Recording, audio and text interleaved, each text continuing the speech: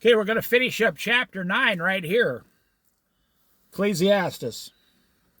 There's not much left. Verses 13 to 18. But then it turns into chapter 10, so I'll stop there.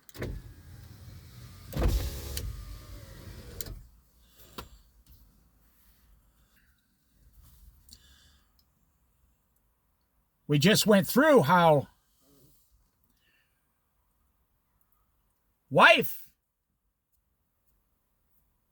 the race is not for the quick, it's for God. God is in charge of the race. The battle is not to the strong, the battle belongs to God. Food does not come to the wise, only God gives out our food. You see, everything we have comes from the hand of God, not by our own hands. It's not because of our strength, our quickness, or our hand, or our own skills that we receive these things. No. I don't think most people are ever going to understand that until they're looking at God face to face in heaven. And then they'll realize that He provided every single thing we ever needed. And it did not come from our own hand. So we're on verse 13 now. Wisdom is better than folly. Now that's pretty much what all of chapter 10 is about, but I'm not going to get into the whole thing. I also saw under the sun this example of wisdom that greatly impressed me. Wow. What would it take to impress King Solomon? He had rooms. He had an entire room full of gemstones.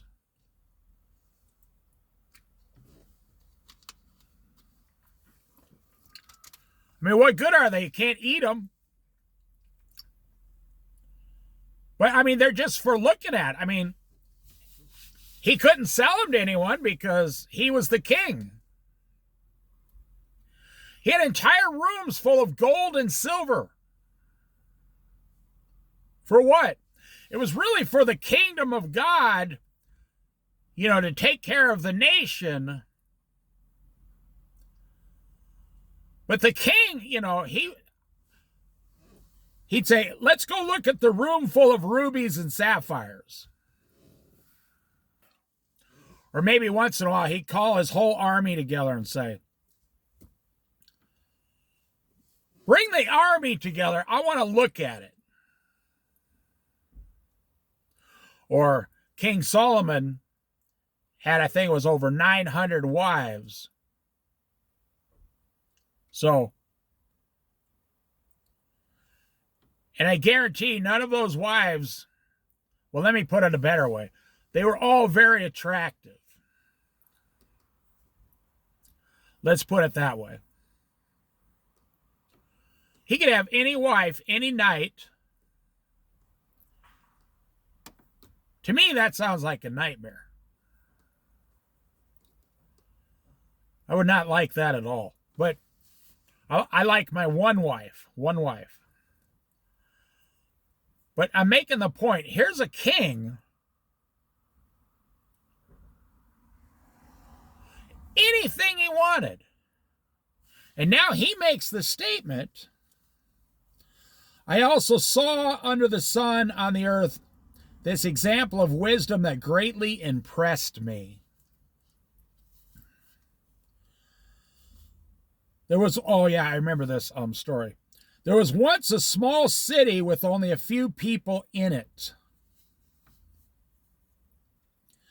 And a powerful king came against that city, surrounded it, and built huge siege works against it. So in other words, there was this small city, and a great king came against that city and built siege works around it, like armies, archers, but they cut off the water, they cut off the food, they cut off the trade. Okay, so they got this place completely surrounded. This is a great story. You got to listen. This very large army has this little city completely surrounded, and it's just a matter of time before the small city falls into the large king's hands. Now watch. And a powerful king came against it, surrounded it, and built huge siege works, siege works against it. Now there lived in that city a man poor but wise. Now this is what is so fascinating. There was a man in that city. He was poor, but he was wise. He followed God. Who knows? Maybe he was a prophet. He followed the wisdom of the Lord. It's the only way you can get wisdom. So that's how I know he was following God and the Lord, because it's the only place you can get wisdom. Now there lived in that city a man poor but wise, and he saved the city by his wisdom. Now that's not even what the story's about, actually. This man used his wisdom and saved the entire small city. It doesn't say how. It doesn't say they defeated the outside king. It doesn't say that maybe he went out and made a deal with the king to turn the city over and serve the king. It doesn't say how this man saved the city. But here is what King Solomon is talking about. But nobody remembered that poor man. Nobody.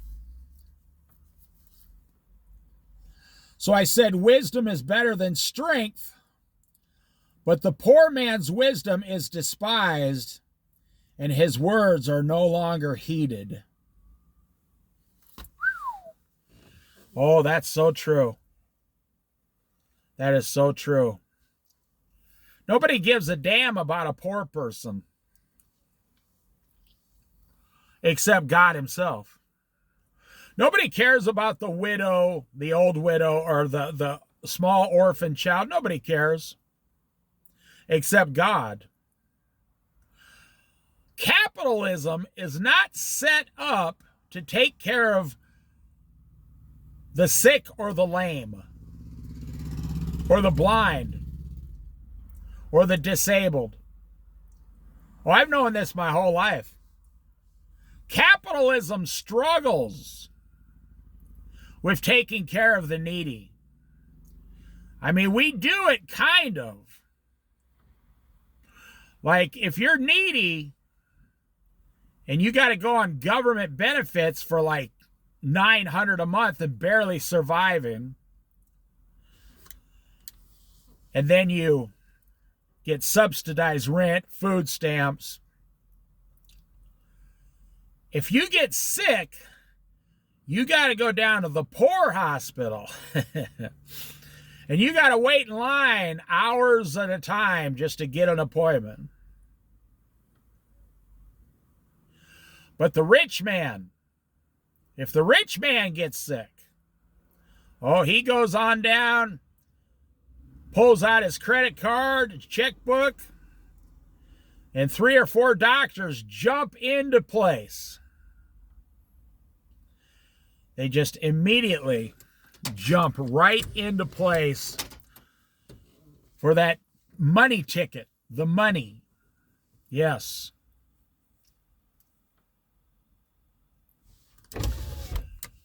You know, nobody remembers the poor.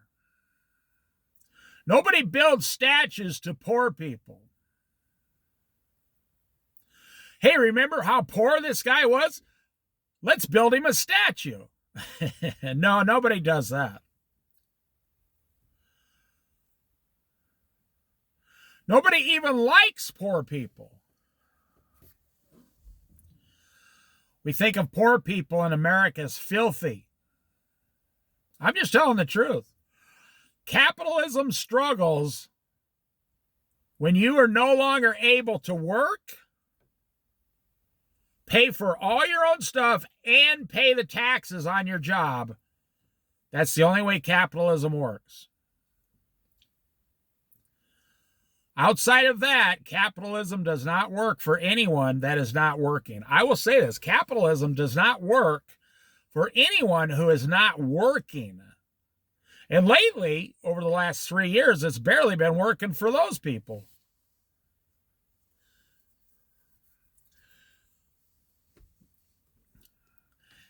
And you say, well, no, that's not true. Well, that's just because you're not old enough yet. Wait until you stop working.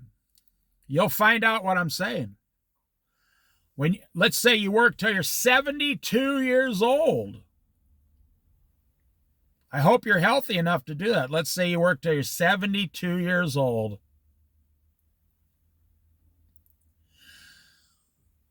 And then you go on Social Security and you get no more money. Whatever money you have is all the money you're going to get. And let's say you live 23 more years until you're 95 and you're completely out of money. You sold your house, you're completely broke.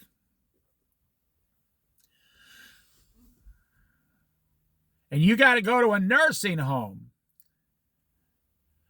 And for the first time in your life, you're 95 years old and you have to apply for government welfare to get into a nursing home.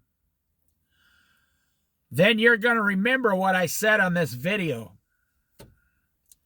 Capitalism only works for people who are working. You say, well, we give money all over the world. We don't give anything. We print paper and give it away. We do that, whether you believe this or not. We do some good, yes, around the world, but mostly it's to have a flow of American $100 bills going into their banks around the world. So we can keep the American currency as the #1 world currency. You just don't believe it. Wait till you have to go on welfare someday. You might live long enough to where you got to spend 10 years in a nursing home. You say, no, I'll have plenty of money. Well, by the time you get there, a nursing home will be $100,000 a year. So the first 2 or 3 years will take everything you have out of your bank. And then they'll put you on welfare. And then they'll move you to the crappy nursing home. We have 70 million baby boomers 60 years old and up now. Whoa.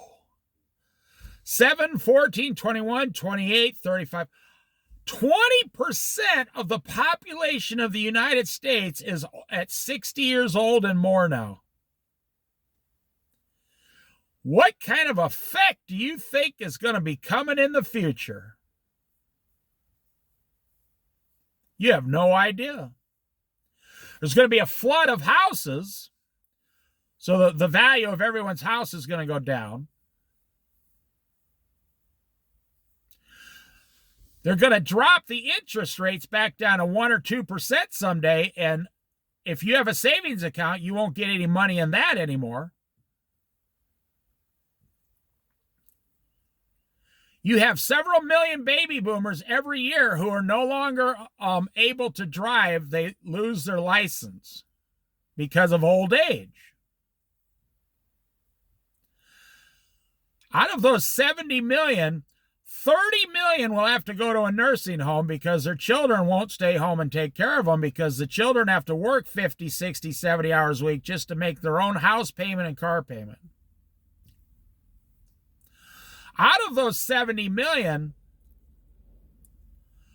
35 million have zero money in the bank as of today. Right now, today. They only have Social Security anywhere from... Now, some people have a part-time job too, but that won't, they get to be 70 some years old. They can't work anymore. Now, I have a friend who's working. He's 80 years old. He works 40 hours a week. I'm not kidding. This guy's in great shape. Doesn't drink, doesn't smoke, nothing. He's got a great attitude. But he doesn't have a ton of money.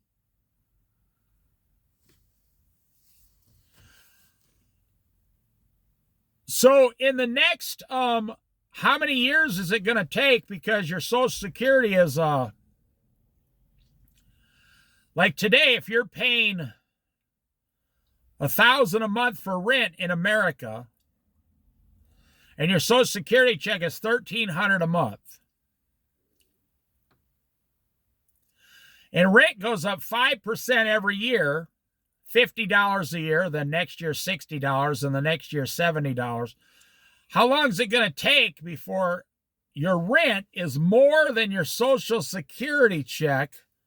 Now listen, that will be happening to 30 million baby boomers within 8 years. I hope you're paying attention. You think the drug epidemic in America is big?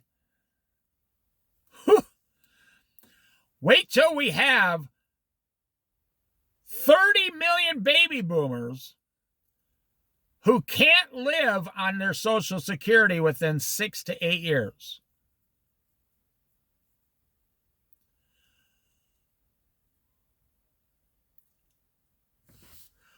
We only have like we have maybe 2 million people on illegal drugs with problems in America. We're talking 30 million baby boomers that have nowhere to go. And the landlord says, your rent's now $1,600 a month. And they go, my Social Security is only $1,300. And they've been on a waiting list for subsidized rent, state rent in their state. They've been on a waiting list for several years and they never get picked. What's going to happen to these 30 million people pushing 70 years old? 30 million 70-year-olds. It's going to make every other problem in America seem small, outside of just going to war with Russia and China or something.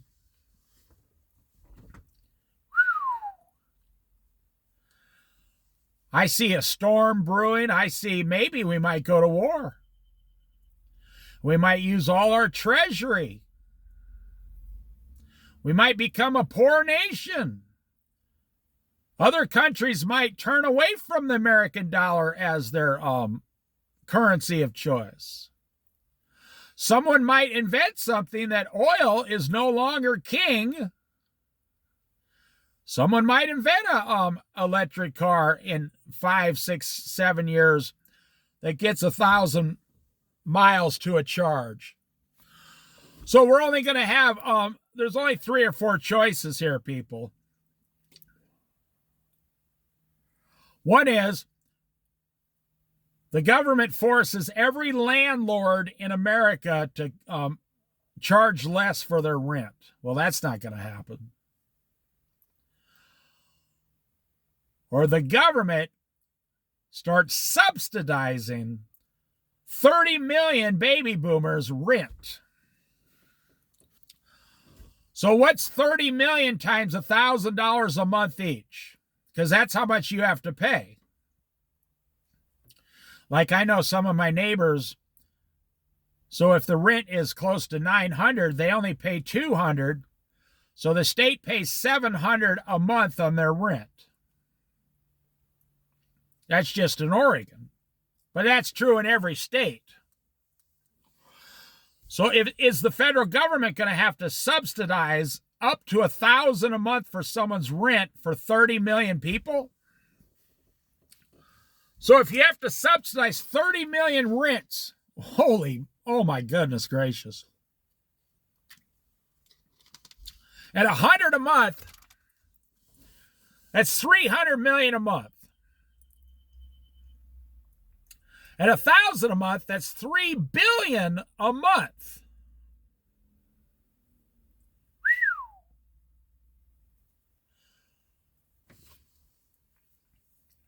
$50 billion a year, and then another $50 billion a year to subsidize the government agency that they'll have to create just to get the checks out. Because that's how government works. For every dollar they give away, they spend $1 or $2 on administrative cost.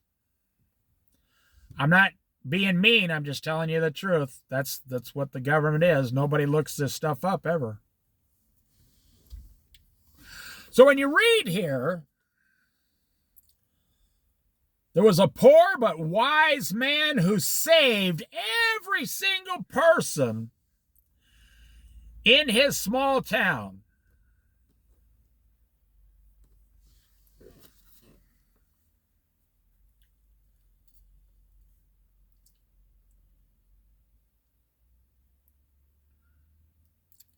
But nobody remembered that poor man.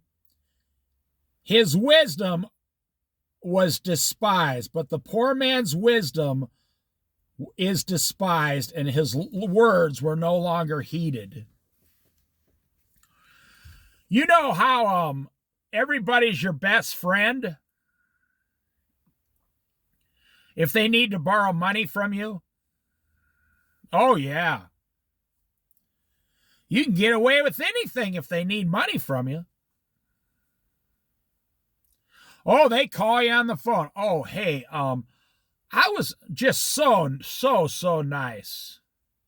You can tell I've gone through this before.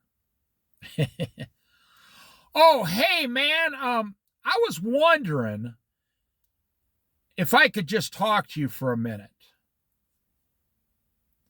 I'm like, oh, crap, here it comes.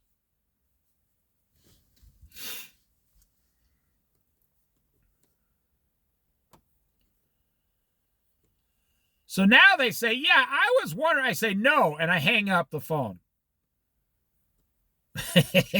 You think I'm joking? I go, no, and I hang up.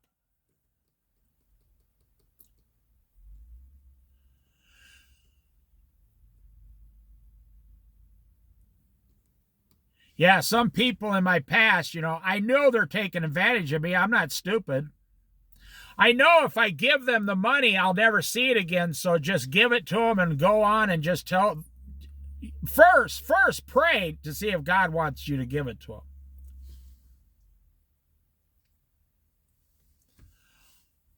Yeah. I'll pay you this much every month. Hey, man, I get paid next week. I'll catch you. I'll pay you back in full next week.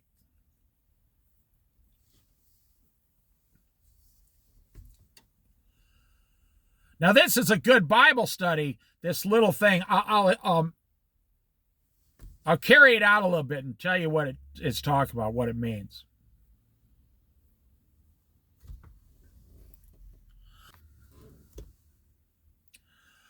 As soon as they get that money, you never hear from them.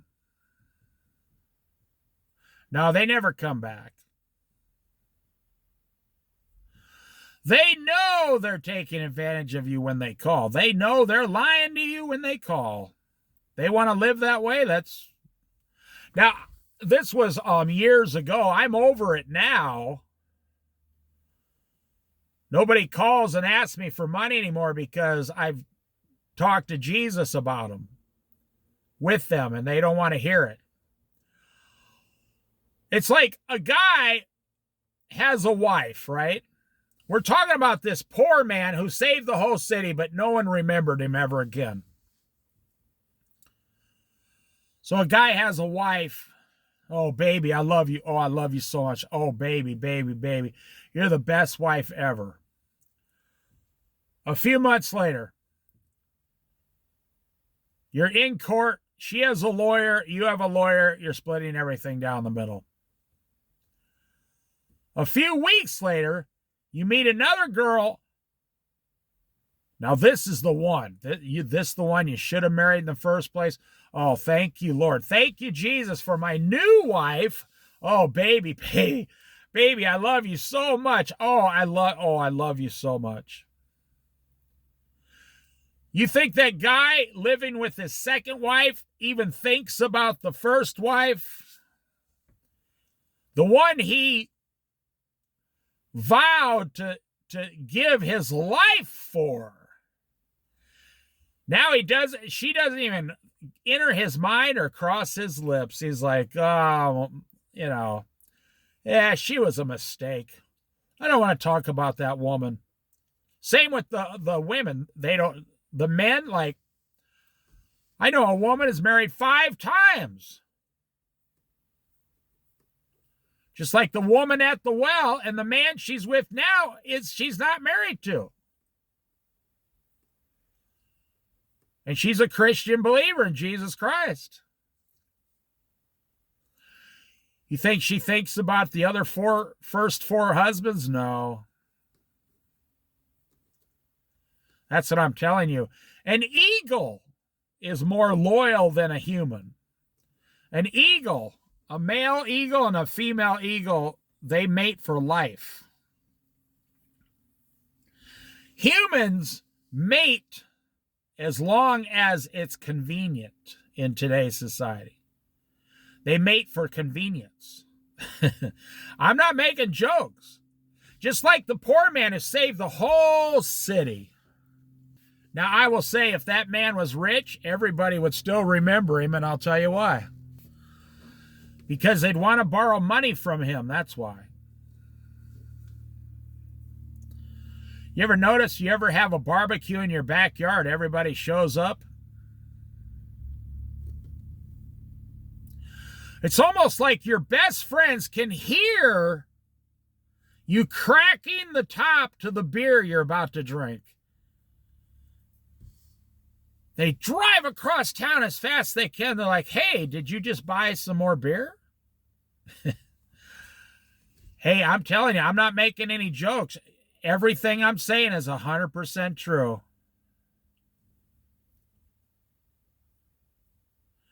Here in Oregon, so this happens in the parking lots here in Oregon because marijuana's legal everywhere. And so they spark up a joint, in the parking lot. People start coming from all over the place. Hey, can I get a couple hits off of that? Now, I don't smoke marijuana, but if I did smoke marijuana, why would I want some complete strangers' saliva and slobbering lips all over my marijuana joint? I'd be more worried about that than I would smoking the marijuana. You don't know if this person has a sickness, a disease, something that's contagious that you'll never be able to get rid of. How do you know? But I see it every week in Oregon. It's like, oh yeah, sure. Here you go, homeless guy. Go ahead and slobber all over that joint there. And then I'll just put it back in my mouth and slobber on it some more. You see, I'm making the point. As soon as the marijuana's gone, nobody remembers you. Probably mostly because you're high as a kite. As soon as the rose is done in the fall, nobody remembers what it looks like. The Bible even says a fool is like a man who looks in the mirror and walks away and forgets what he looks like. A fool is someone who goes downtown, they read the Bible, they go to church, and by Sunday afternoon, they're downtown watching football and drinking beer. They forgot everything the minister even told them.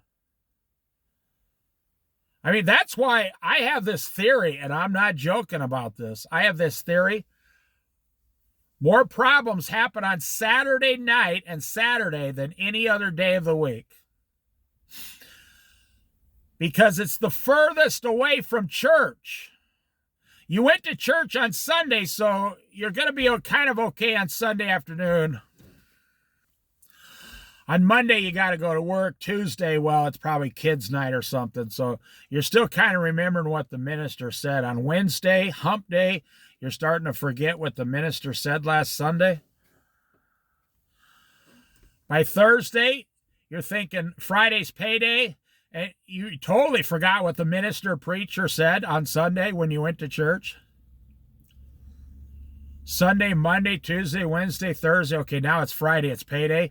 It's 5 days. You should get paid on Sunday when you're at church. That way you'll do the right thing with the money and get rid of all of it to the places you're supposed to before you start spending it. I'm serious. I have this theory my whole life. Sunday, Monday, Tuesday, Wednesday, problems start happening. Thursday, anxiety problems. You start dreaming about your paycheck. Friday, you got that paycheck. By Saturday, you're all jacked up like a racehorse, waiting for the gate to open. You're not thinking about God on Saturday. You're thinking, oh man, I got today off. I got a lot of money. All the great things I'm going to do today. And Sunday morning, I'll go to church and become holy again. Now think about it. Here was a man in this town. I don't know, let's say there was a couple thousand people or a few thousand people in this small town.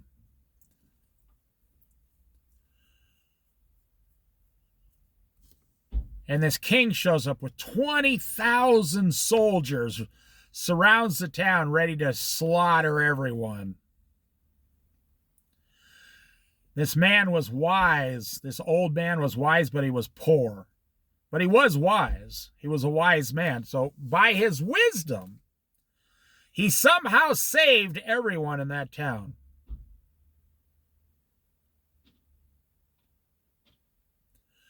Who knows? Maybe he told that king, everybody in here has leprosy. And the king took off and fled out of there. Who knows? It doesn't say how.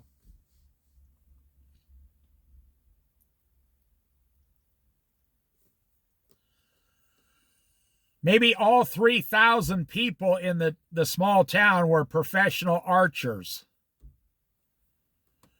And every time the soldiers tried to get close to the town, they killed another 5,000 of them. And the king left. It doesn't say how it was done.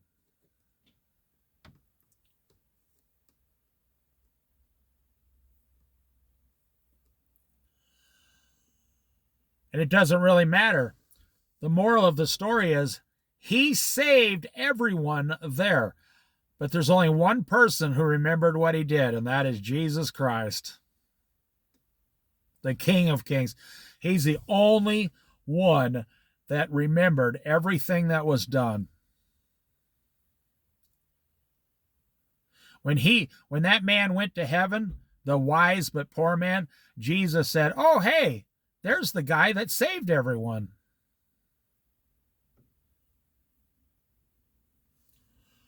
But on earth, today, if your phone rings, someone wants something. They want to borrow money, don't ever expect to get it back. A telemarketer, you think the telemarketers would wise up? Or you think they would at least get people who speak English to sell their products and their scams?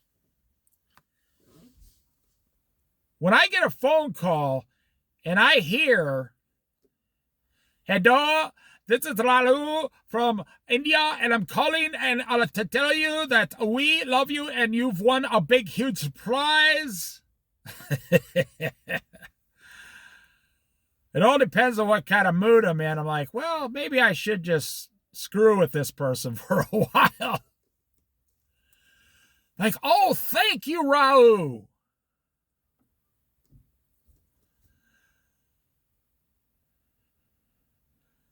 I told this guy who called me once, this is a true story, and I know they don't like this kind of stuff. It really bothers them.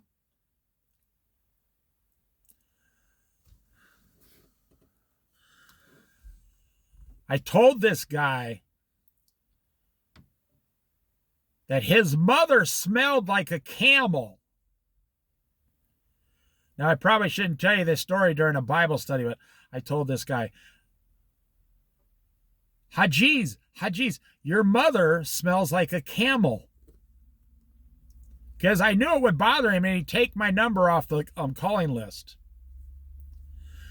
This guy screams, "What did you say to me? What did you say to me?" I said, "Your mother smells like a camel." That's all I said.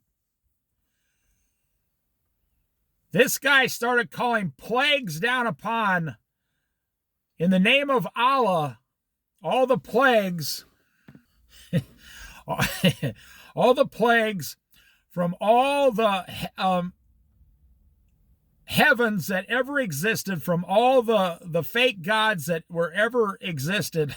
This guy, he went berserk.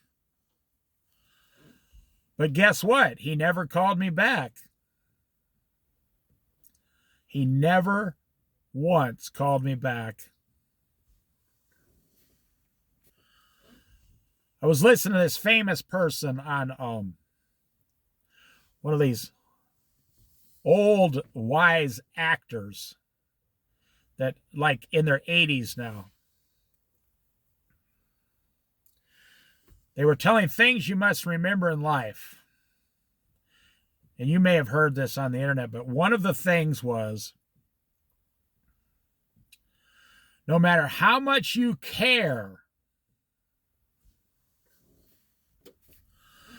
no matter how much you care about what people think about you, in 3 generations, every single person that you knew or every person that knew you will be dead. You'll be dead, completely gone, all of you. And the wise actor said, so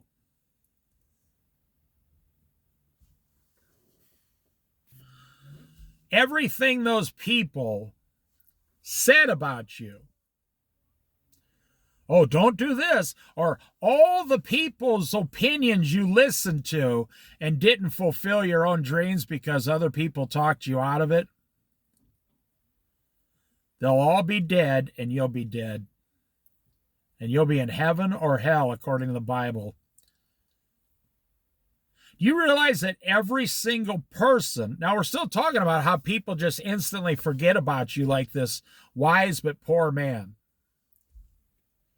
Even if he was a wise but rich man, they would have only cared about him because he can give them money, he can hire them, he can give them stuff. But then the same rule applies to them also. Within 100 years, everybody you know right now will be dead. And that's only if your 2-year-old grandkids even remember who you were, which is highly unlikely. You know, everybody's into, it's funny, everybody's into today looking up their ancestries. You know, the Bible says don't do that. But everybody wants to know what their DNA is, which is funny because all their DNA is being recorded and stored, and it will be used against you in the future. And they also want to know, who was my great-great-great-great-great-great-great-grandpa?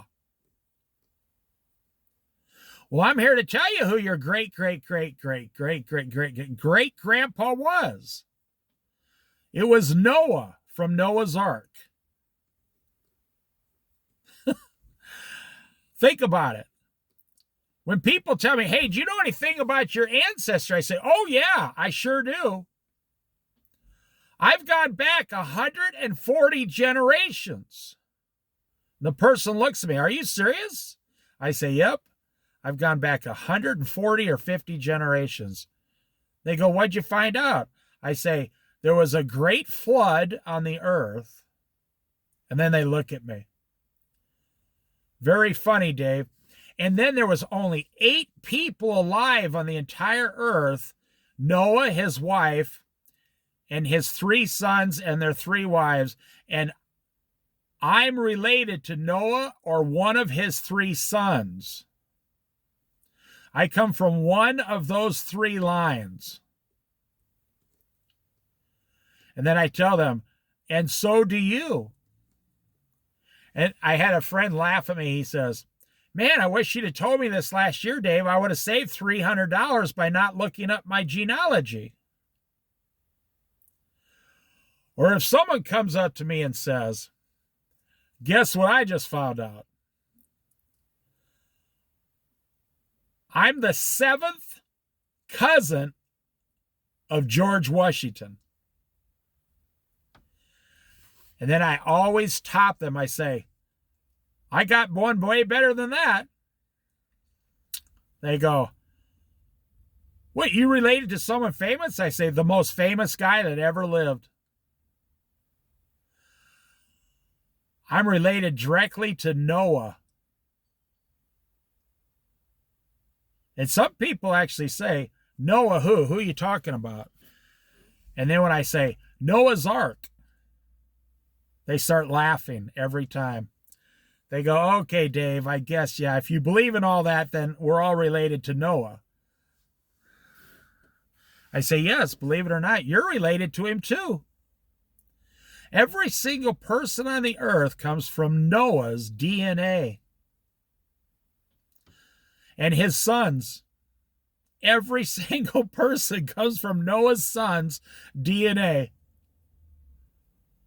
So I could have saved you $800 in fees. You know, you didn't have to look it up. These people, they're only able to take you back like 400 years and then all the records stop. There are no more records. They didn't keep records back then. That's why they want to do your DNA. And they say, okay, you're like 17% European. I always laugh when all these white people find out that they're 2% black. And all these black people find out that they're like 5% white. It's like this total disruption in their whole family. To find out that they're not 100% black. There's people on that one show, I've seen it on YouTube a couple times, where they take a famous person today and go back in their genealogy. And there's a famous black actor. He's kind of radical, and he went around telling everybody, I'm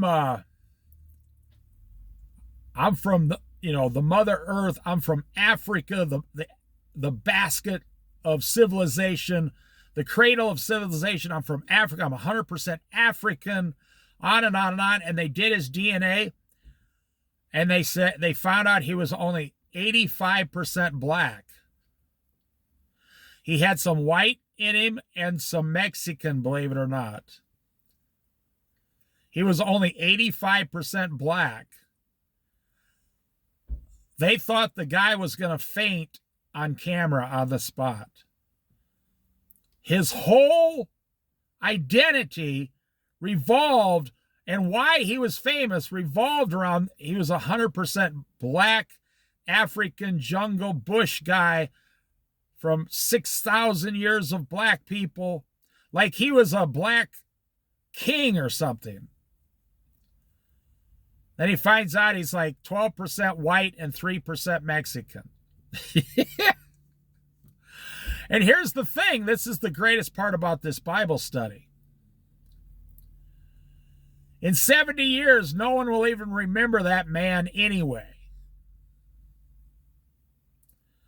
In 70 years, nobody will even remember that I existed except Jesus Christ.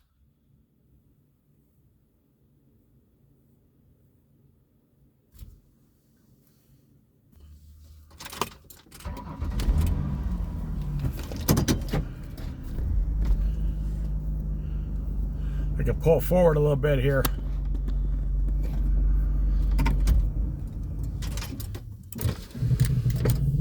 Now, I had someone parked right there. They were kayaking, now they're gone. Let's go over it one more time and we'll finish this Bible study. Well, actually, I'm not going to go over it. I will at the end, but I want to talk about it a little bit further.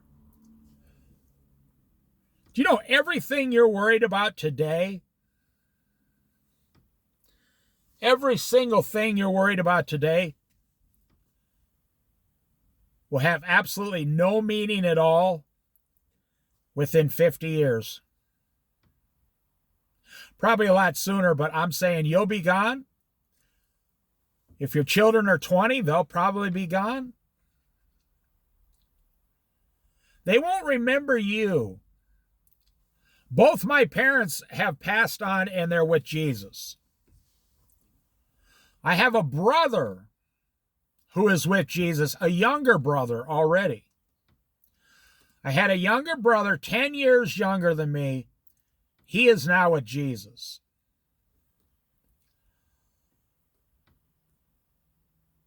Nobody talks about him. No. His wife has moved on to somebody else. He died in his late 40s. Just a few years ago, like 4.5 years ago. I don't want to get into that right now. I've talked about it before, but no, it doesn't bother me. I'm just telling you the facts.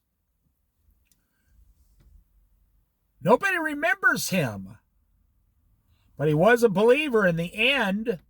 And I believe he's with Jesus because he became a believer in the end of his life. Yeah.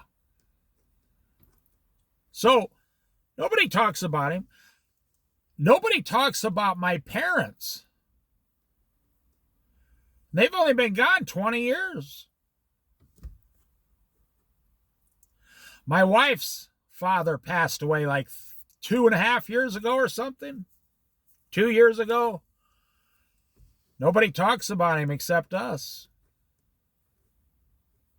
Nobody. And the same thing with you. When you pass away, your kids won't even talk about you. They will take your property and divide it up and scream and yell at each other. Because most people are still not smart enough to get a will for $500.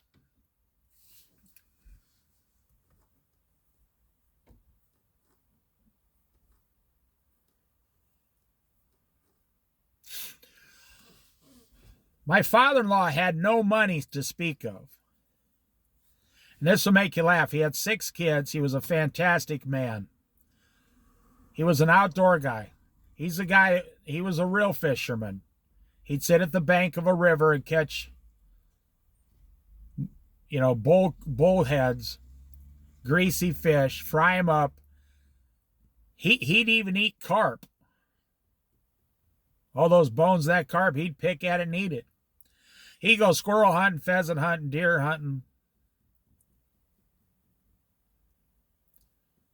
I remember going out in the woods with him once in Iowa. I'd been married to his daughter about 4 years. And I went down there. He says, "Hey, you want to go squirrel hunting?" I said, "Okay." Him, me, and my younger brother-in-law. Now, at the time, I was 26 years old. My younger brother-in-law was like 14. And then my father-in-law, like 50-something. And I'm down there. And my father-in-law says, I'm going to sit here for a while. Why don't the two of you go out and see if you can find some squirrels? So we're looking around and I hear, he had a 22 with him. Single shot 22. Boom! We thought, oh, he must have shot at a squirrel.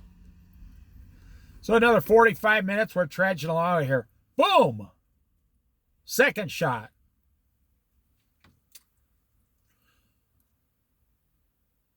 Me and my younger brother-in-law, we never seen a squirrel anywhere.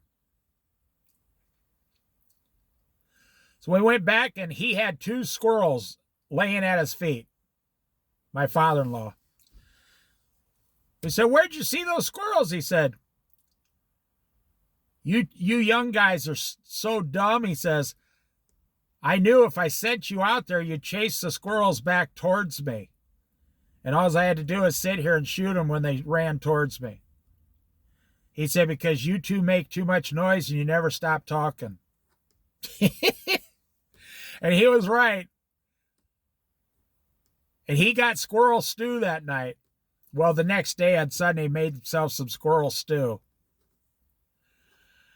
That's my father-in-law. And I talk about those stories, but nobody else does. Listen to what it says.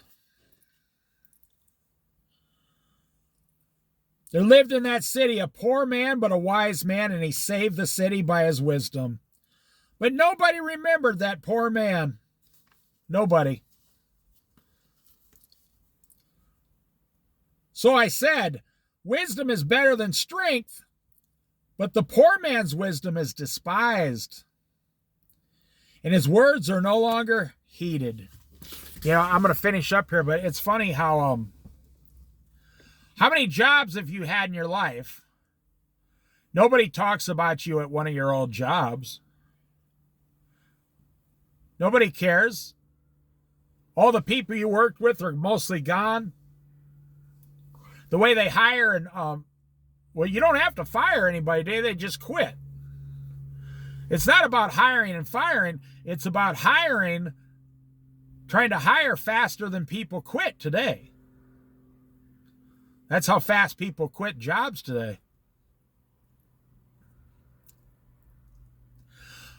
But it doesn't matter. See, that's what the whole book of Ecclesiastes is about. I'm going to give you the whole definition so far in 9 chapters. Then we got chapter 10, 11, and 12, and we'll be done. But in 9 chapters, there was a baby hummingbird. It wasn't even big enough to be an adult. It was a baby hummingbird just took off. Man, this thing was only 1.5 inches long. Or 2 inches at the most. A little baby hummingbird right there.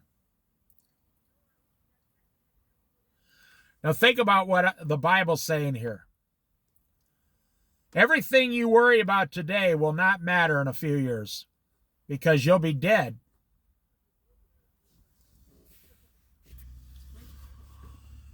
Here's the really super sad part of all of your life. And I have to tell you the truth, you know, because I can't lie to you. I don't want anything from you. And you don't want anything from me. So I better tell you the truth. You get plenty of lies from everyone else around you. Do you know that every house payment you've ever made and every house payment you're still making right now and every house payment you're going to pay in the future until your house is paid off, not one single person will remember or even care. And once you're gone, the bank will not even remember that you used to be a customer. And what do? You excessively worry about the house payment. You excessively dwell on that house payment. Have you ever went into the bank? I'm being a little sarcastic, but seriously. Have you ever went into the bank and seen a photo of you on the wall? No, you haven't. I'll tell you what, if you pay me $80,000 in interest only, I'll put a photo of you on the wall at my house. And everybody that comes over to my house will say, see that guy right there?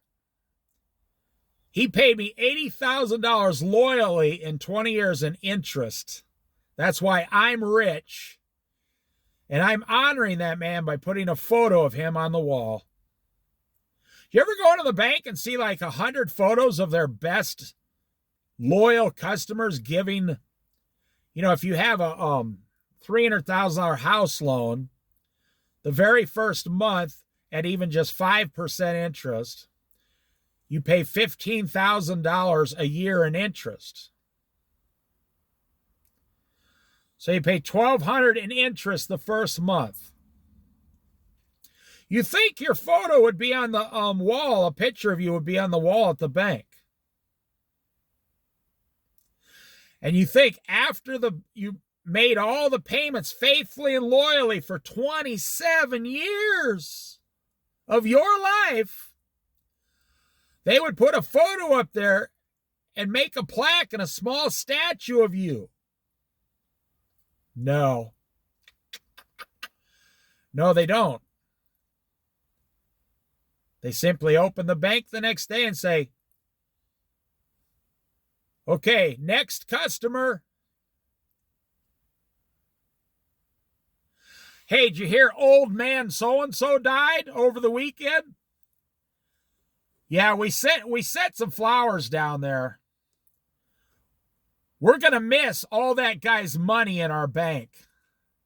But his kids are going to come down here and rip the account in half, and that guy had $1 million in our bank, and we're going to lose $1 million. No, they don't want you to die, but once you die, they don't remember you. Think about it. How many times you go in the bank and there's 3 new tellers every month? They can't even keep people as bank tellers anymore. Look at that turkey vulture out there. Sitting here talking about dying and a turkey vulture shows up.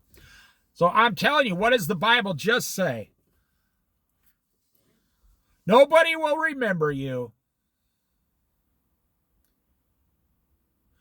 This man in the Bible, in the example of Ecclesiastes, this man did something far greater than you've ever done in your life. He saved an entire town. All the men, women, and children, everyone. And not one person even remembered who he was. Wow.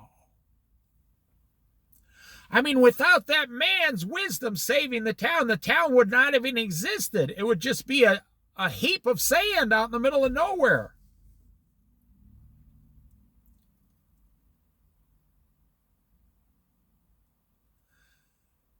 They never even put a plaque to his name. In 1600 BC, this man saved this town. And I guarantee whatever town King Solomon's talking about, it doesn't even exist today. It's not even there today. It's gone.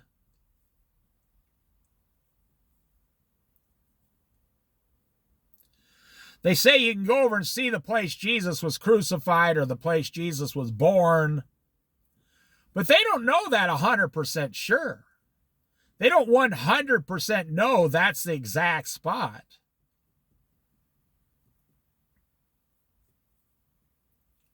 What about when Jesus healed the blind man? What do they got? They got a street sign up there that says Blind Man Avenue. No, nobody cares. And that's what the Bible's saying. All the worry about your house, all the worry about how good you look in that brand new truck, all the worry about what do those sunglasses look like on my face. Oh, another big one we hardly ever talk about here is the way women dress. trying to look a certain way. You got to look a certain way for work, then a certain way in public, then a certain way for your husband. And then one day you're an old lady and nobody even cares. You just throw a tarp over you and you're happy with that. Nobody even gives a damn when you turn 80 years old. Nobody cares what you look like.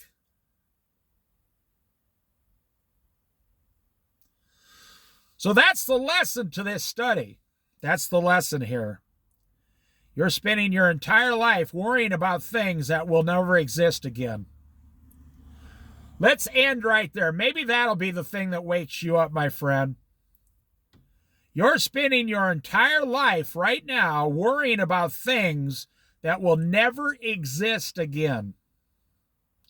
Let's say you owe $1 million in debt and you never will be able to pay it. And you're like 40 years old. You owe $1 million. You realize that all you have to do is walk outside and live outside.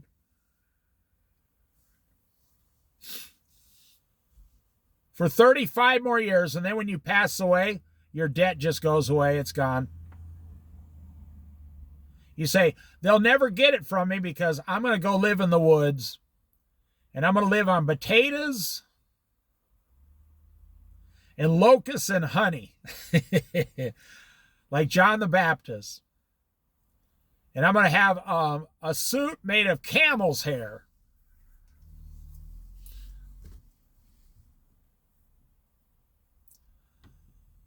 And all those people that called your house screaming and yelling and calling you names and threatening your life and your bank and your children and your fifth grandchild.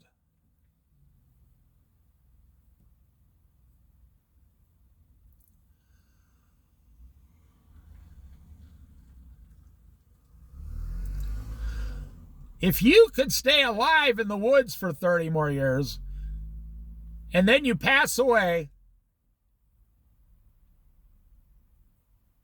nobody will ever remember that you ever owed a single dime, not one red cent.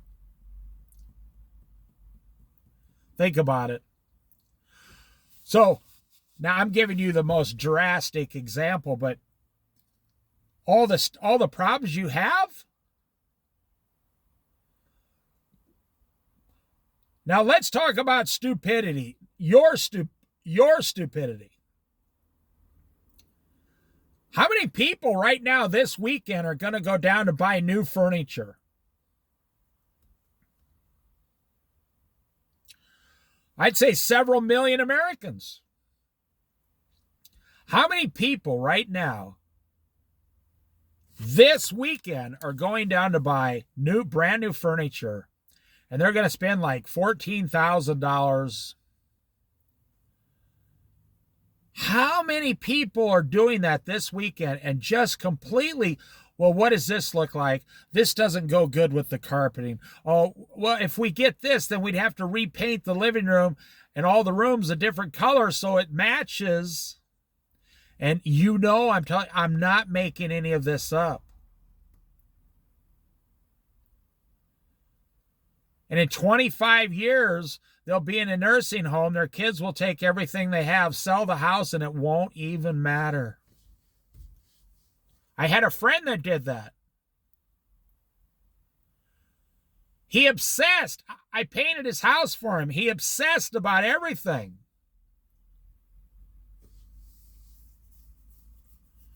Because it affected the value of his house, is what he was obsessing about.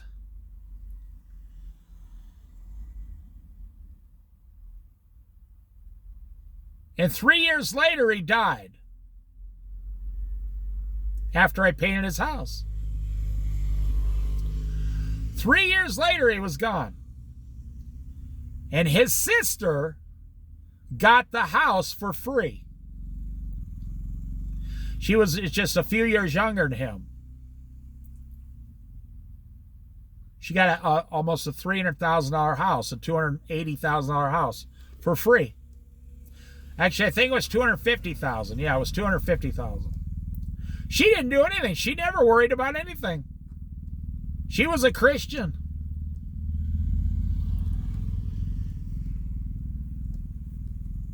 I want you to think about what I'm saying. Right now, she's enjoying all that money. She didn't keep the house. They sold it. They just sent her a check in the mail for $250,000. You don't pay tax on inheritance. But if he would have sold the house, he would have had to pay tax. But you don't have to pay tax on inheritance that I know of. She got the whole $250,000, and now she's enjoying life.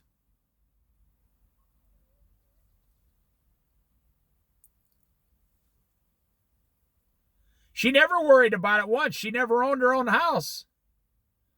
She was living in a small condo rental down in California, and boom. Her brother passes away. She was very sad, and then several months later, she gets $250,000 check in the mail. Wow. Think about it.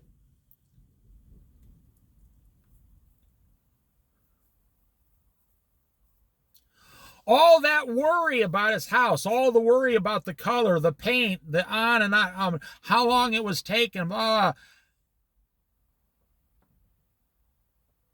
that's what killed him. He had a stroke. The stress from worry, he was a worrisome individual. The stress killed him. The very thing he was trying to avoid was the thing that destroyed him. Now, the man did believe in Jesus. He didn't live the Christian life. He believed in Jesus, though. So according to the Bible, he's in heaven, but he probably won't have very many crowns because he didn't live the life. He didn't read the Bible. He didn't do that. That's probably why he didn't read the Bible. How many things are you worried about right now? You personally, how many things are you worried about right now today?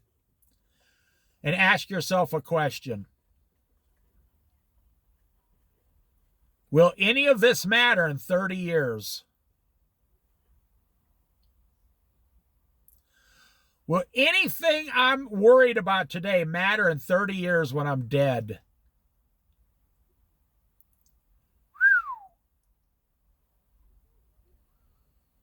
You know, they got this calendar that you give children the day they're born. The calendar has every month from when they were born until they're 8 years old, the average length of a person's life. And you give this to them, and every day you mark off a day. They're a toddler, an infant, and then when they get to be old enough, you teach the young child, 6 years old, to mark off one day at a time. Then when they get to be older, now 12, you explain to them, this is your life. And all these days have gone by so far. And this is how many days you have left average. Every single person that gets a calendar like that, you think it causes them anxiety? No, it brings them relief. They say, oh, okay. So I better go do my goals immediately and no procrastination. I better not worry. I better just get to work. Instead of worrying, start working. There goes that baby.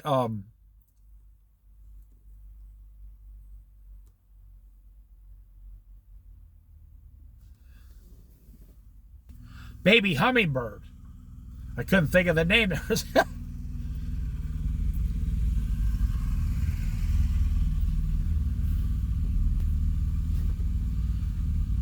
You see, then you know. So all of you who are 40s, you're in your 40s or 50s, and you're worried about something every single day about how life's going to turn out, my only suggestion to you is have Jesus make all your decisions for you. That's how that poor but wise man saved all those people, because it wasn't his wisdom, it was God's wisdom to begin with. So it was really God who saved all those people through this man. And how I can see why God would choose a poor man instead of a rich, wealthy person, king or whatever. You guys know my story. I was a nobody my whole life. Everything I've ever received, the Lord gave me for free. I was literally a nobody my entire life. People told me, you're never, not my parents, no, but school and stuff, you're never going to amount to anything, blah, blah, blah, blah. I wasn't even a troublemaker when I was younger. I was told I was destined for failure. Because I had an older brother, and he went to all the same classrooms ahead of me 3 or 4 years. And he caused a lot of trouble with those teachers, so they automatically assumed I was just like him. I would have to literally go to the classroom and tell the teacher, I'm not my brother, I'm not like that. And they did not believe me. They said, no, the apple doesn't fall too far from the tree. If you try anything in here, mister. This was back when they could hit you. And I've been hit many times by teachers. But God used that also to toughen me up and make me not worry about anything. Yep. You know, I've explained this before, then I'm going to stop this Bible study. When you're in your 20s, you're as dumb as a rock. When you're in your 30s, you're thinking, hey, I got a family and I need to start making plans for my life. When you're in your 40s, it's the worst time. You're worried about everything. Is it going to work out? Is it going to work? Oh my gosh, I'm in my 40s. I've never worked so hard in my life. Your kids are going into their teenage years. You're being drugged from one end to the other. You feel like you're being tortured in your 40s. When you're in your 50s, you start worrying about money. Well, who's going to take care of me when I'm older? How am I going to get this? You actually start turning away from God a little bit. There's that hummingbird right there. See it on my window right there?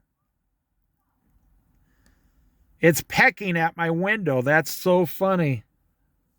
Look at that.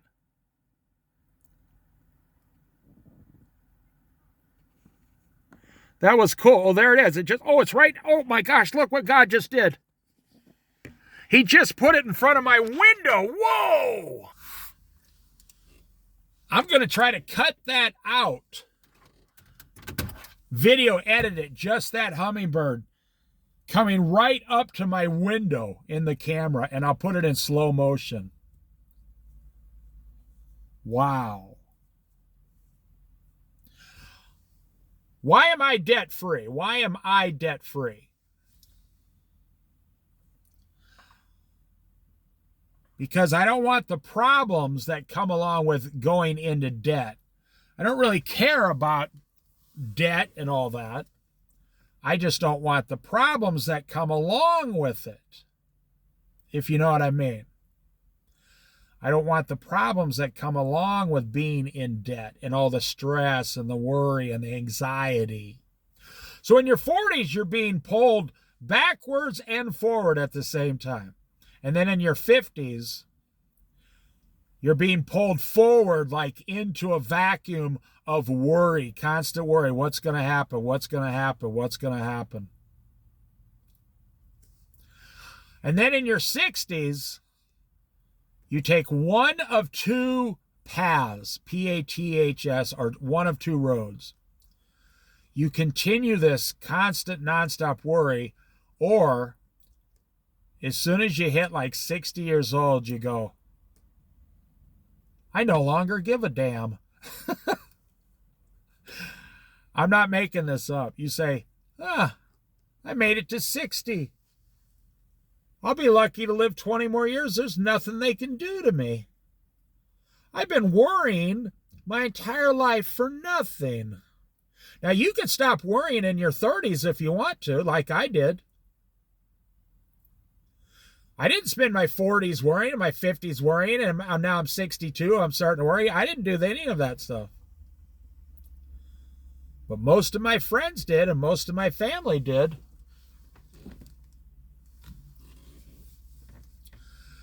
You can be completely in total peace your whole life if you follow Jesus. But most people continue to worry, okay? You continue worrying. You don't stop, and that's why in your old age, everybody has all these heart problems, strokes, diseases. You get sick, you die early, you're stressed out, you start gaining weight because everybody's worrying about their retirement. Am I going to have enough money? I don't see a lot of elderly people outside walking around enjoying themselves. Do you? Nope. I know this one lady. I'm not kidding. She stresses out so much about traffic. She goes to the post office once a week at 4 a.m. in the morning to drop off her letters outside so she doesn't have to be around other traffic. She's like 70 years old. She worries about driving and traffic. I'm like, wow, that is a horrible way to live the last years of your life.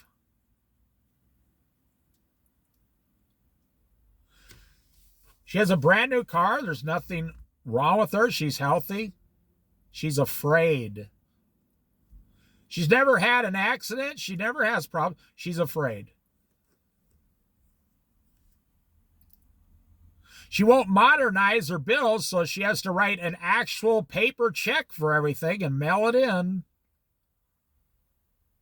because she's full of fear. So you get to your 60s, some people, I've seen this happen. Now, the majority of people just keep worrying, but you get to your 60s and you say,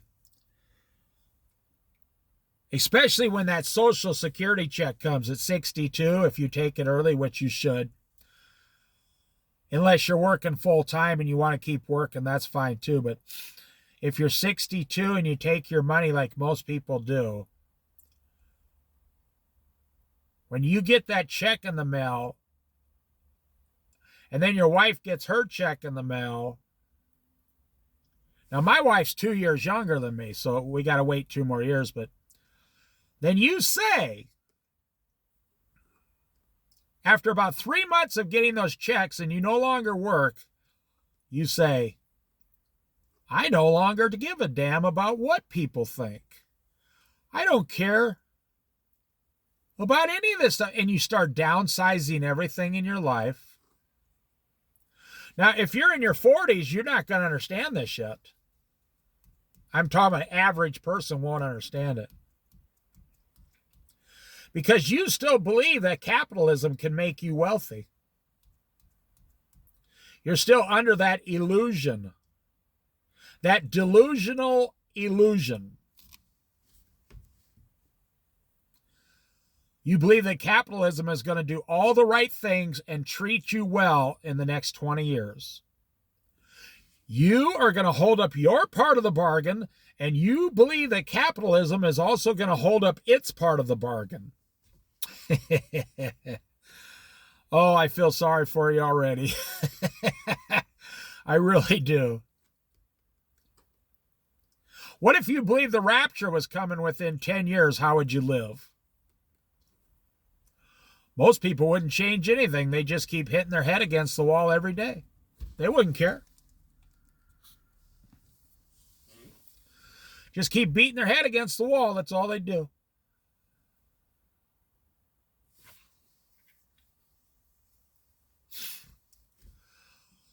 But I have people I know that about 25% when they're 70 years old.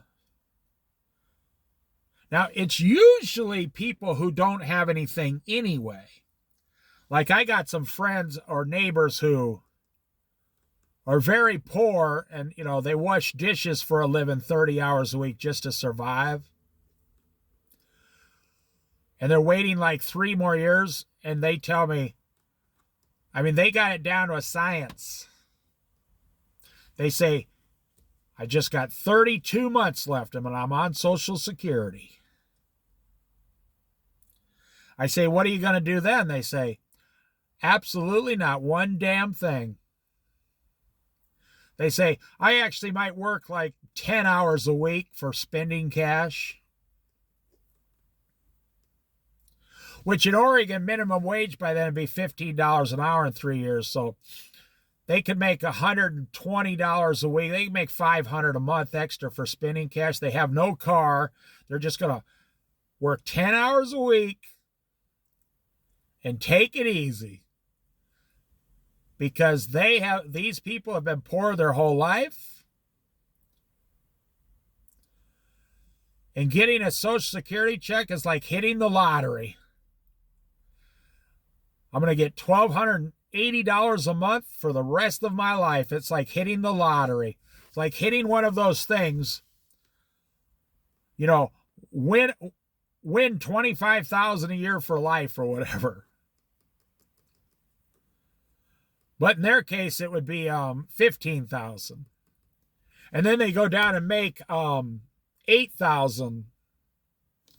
They have no car, no expenses, no debt, no nothing. They got low rent. They're done. They don't even drink or smoke. They say, nope, I'm going to buy a bicycle and I'm going to go down and sit next to the river for 3 hours a day and then come home and relax some more. I'm telling you, I see people when you get to be 60, you start worrying. About 70% of the people worry more. Some people are afraid of dying, scared to death of it. That's usually people who don't know where they're going when they die. It's a real concern. They don't know if they're going to heaven or hell or somewhere else, or they don't even know if there is a heaven or a hell. They don't even know if there's a God. They don't know what's happening because they refuse to find out.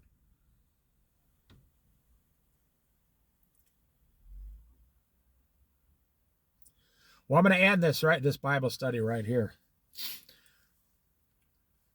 You don't have to live this way. And I will say this, I'll tell you exactly how King Solomon told it in the Bible. No matter how wise you become, and no matter how rich you become, nobody will remember you. Nobody. Not your grandchildren, and certainly not your great or great-great or great-great-great-grandchildren will never even looked at you. Absolutely nobody will remember you ever again. Your name will be taken out of the system and you will be deleted. That sounds good to me, actually. I wish they'd take my name completely out of the system now. Except for my Social Security check, of course. Do you understand what I'm saying? Now, I haven't got a Social Security check yet. I get one in like 3 months. You'll find out what I'm talking about when you got to start making all these phone calls around trying to get all this stuff done. And then I'm told at age 65, you're required to have Medicare or Medicaid, and they take that right out of your Social Security check. And you got to go sign up with some other company like Allstate or Health Insurance. And it all comes out of your check, and part of your check gets sent directly to that healthcare company. And there's hundreds of different plans to choose from. Oh my goodness gracious. It's a good day to be an insurance man. It's a bad day to be a human. You ever notice no matter how much more you make, They just keep raising the prices. I laugh because they said inflation only went up 2% last month. Yeah, I wish Rush Limbaugh was alive so he could comment on it. Inflation went up 2%. And look at Rush Limbaugh. Nobody talks about him. You don't hear Donald Trump talking about him ever. Rush Limbaugh was the conservative king in America for 35 years. When's the last time you heard Donald Trump or any of the Republicans talking about Rush Limbaugh? You don't. Nobody remembers him. And it's only been less than 10 years. So I'm going to say one more time, every single thing you're worried about today, nobody will remember you in the future.